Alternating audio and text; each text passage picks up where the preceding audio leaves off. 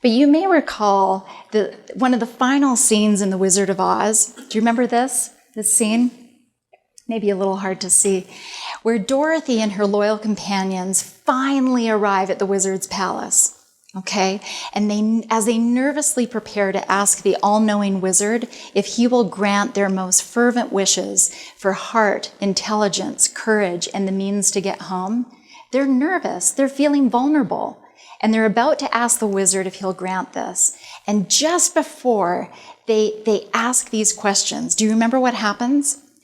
Little Toto the dog, bless his heart, he runs through the curtain and accidentally opens the curtain that's concealing the real wizard. And Dorothy and her friends, they really see, for the very first time, that the wizard is nothing more than an insecure man struggling to be something that he isn't.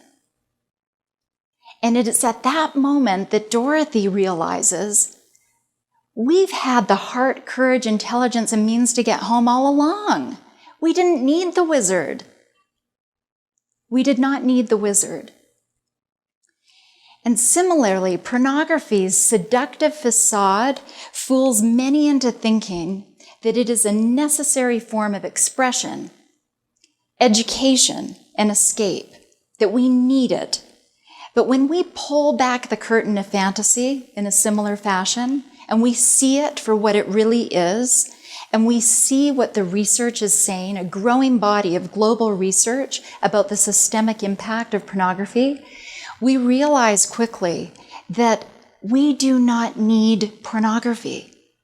In fact, it is a hindrance to our ability to learn how to love and live in wholehearted, authentic ways. And as pornography has become more mainstream, one of my concerns has been we have forgotten as a culture that pornography is dispensable, its effects are preventable. Now that's a message of hope. It is preventable.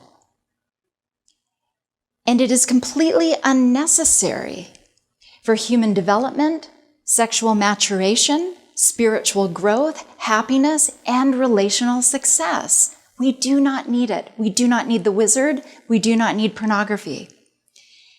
And if anything, it's such an impediment, a serious, serious impediment to all of those goals. The message that we are enough, just like Dorothy and her companions are, they were enough. They had what they needed. They didn't need anybody outside themselves telling them or giving them those things that were intrinsically theirs. You are a human being that is wired for connection. You were born that way. You did not have to acquire that, buy that, be given that.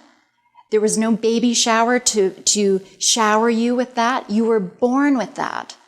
We know how to connect. We just have to work throughout our lives of not getting in the way and also learning skills that can make that more effective and more meaningful over time.